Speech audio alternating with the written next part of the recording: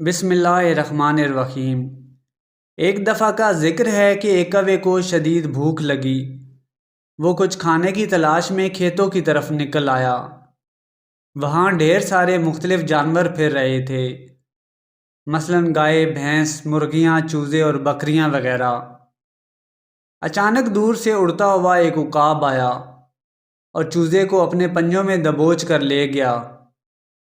کوے نے عقاب کی ساری حرکات کو نوٹ کیا اور پھر سوچا کیوں نہ میں بھی اسی طرح اپنا شکار بناؤں، لیکن میں اس کی طرح کسی چھوٹے جانور کو شکار نہیں بناؤں گا۔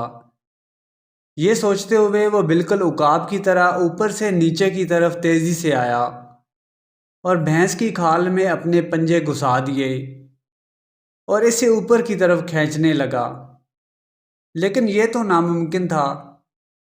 ایک کسان نے کوے کو یہ سب کرتے دیکھ لیا۔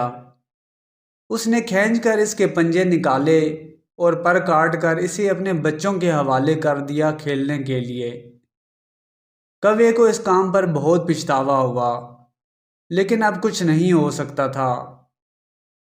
اس حکایت کا نتیجہ یہ ہے کہ جس طرح لالچ بری بلا ہے، اسی طرح بے وقوفی بھی ہر کسی کی دشمن ہوتی ہے۔ اس طرح کی مزید مزیدار حکایات سننے کے لیے چینل کو سبسکرائب کر لیں۔